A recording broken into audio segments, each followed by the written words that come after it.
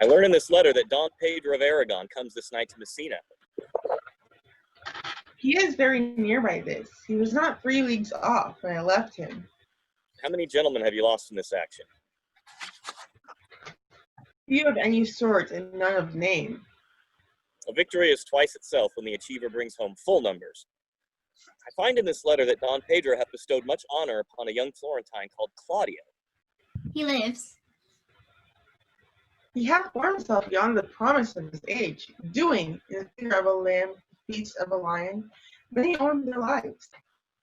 Pray you, is Signor Montanto returned from the wars, or no? My cousin means Signor Benedict of Padua. Oh, he's returned, and as pleasant as ever he was. I pray you, how many hath he killed and eaten during these wars? Or how many hath he killed? For indeed I promise to eat all his killing. He hath done good service, a good soldier too, lady. A good soldier to a lady, but what is he to a lord?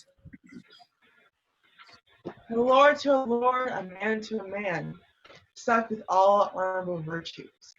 It is so indeed. He is no less than a stuffed shirt of a man. You must not, sir, mistake my niece. There is a kind of merry war betwixt Signor Benedict and her. They never meet, but there's a skirmish of wit between them. Well, alas, he gets nothing by that. Who is his new companion now? He hath every month a new sworn brother. I see, lady, the gentleman is not in your books. No, and he were, I would burn my study. But I pray you, who is his companion? Is there no young squarer now that will make a voyage with him to the devil? He is most in the company of the right noble Claudio. Oh, Lord, it will hang upon him like a disease.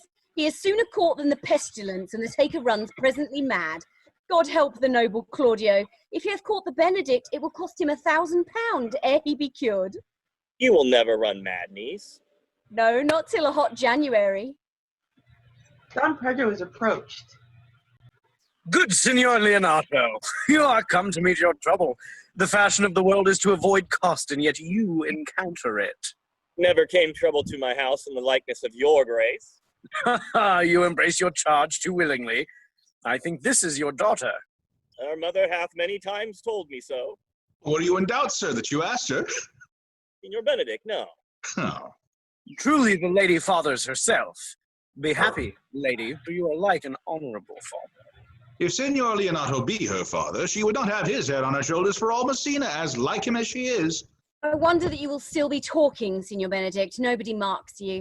What, my dear Lady Disdain, are you yet living? Is it possible Disdain should die while she hath such good meat to feed on as Signor Benedict? Courtesy itself must convert to disdain if you come in her presence. Well, then is courtesy a turncoat, and I would I could find in my heart that I had not a hard heart, for truly I love none. What a dear happiness to women, else they would have been troubled with a pernicious suitor. Why, thank God for my cold blood. I'm of your humour for that. I had rather hear a dog bark at a crow than a man swear he loves me. God keep your ladyship still in that mind, so some gentleman or other shall escape a predestinate scratched face. Oh, scratching could not make it worse as 'twas such a face as yours. Oh, well, you are a rare parrot teacher. A bird of my tongue is better than a beast of yours. I would my horse had the speed of your tongue. You always end with a jade's trick. I know you of old. My dear friends, Leonato hath invited us all. I tell him we shall stay here at the least a month. Yes, please at your grace lead on.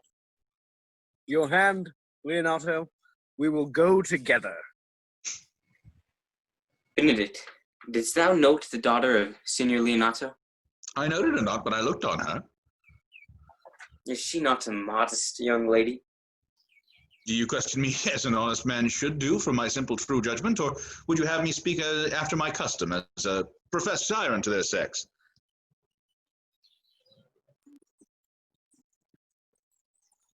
No, I pray thee, speak in sober judgment.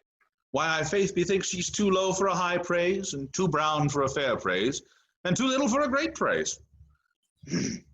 Thou thinkest I am in sport? I pray thee, and tell me truly how thou likest her. Would you buy her that you inquire after her? Can the world buy such a jewel? Yea, and a case to put it into. In mine eye, She's the sweetest lady that ever I looked on. I can see yet without spectacles, and I see no such matter. There's a cousin, were not she possessed with a fury, who exceeds her as much the 1st of May doth the last of December. But I hope you have no intent to turn husband, have you? I would scarce trust myself, though I'd sworn the contrary. Hero would be my wife. It's come to this? In faith, shall I never see a bachelor of 80 again? What secret hath held you here, that you followed not to Leonato's? I would your grace would constrain me to tell. I charge thee on thy allegiance. On my allegiance. Well then, Claudio is in love with Hero, Leonato's short daughter. If this were so, so it were uttered. Amen. If you love her, for the lady is very well worthy. You speak to fetch me in, my lord. By my troth, I speak my thought. And in faith, my lord, I spoke mine. And by my 2 faiths and troths, my lord, I spoke mine. That I love her, I feel. That she is worthy, I know. That I neither feel now how she should be loved, nor know how she should be worthy, is the opinion that fire couldn't melt out of me. I will die in it at the stake.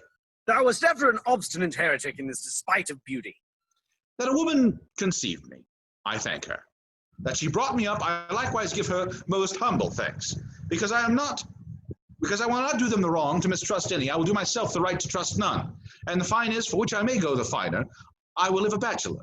I shall see thee, ere I die, look pale with love. Oh, with anger, with sickness, or with hunger, my lord, not with love. Prove that ever I lose more blood with love than I get again with drinking. Prick out mine eyes with a ballad maker's pen, and hang me up at the door of a brothel house with a sign of blind Cupid. Well, if ever thou dost fall from this faith, thou wilt prove a notable argument. If I do, hang me in a bottle like a cat, and shoot at me. And he that hits me, let him be clapped on the shoulder and called Adam. Well, as time shall try, in time the savage bull doth bear the yoke. The savage bull may, but if ever the sensible Benedict bear it, pluck off the bull's horns and set them in my forehead, and let me be vilely painted, and in such great letters as they write, here is good horse to hire. Let them signify under my sign, here you see Benedict, the married man. If this should ever happen, thou wouldst be horn mad. If Cupid hath not spent all his quiver in Venice, thou wilt quake for this shortly. I look for an earthquake too, then. Good Signor Benedict, repair to Leonato's. Commend me to him and tell him I will not fail him at supper. You're to sit next to Beatrice. Ugh.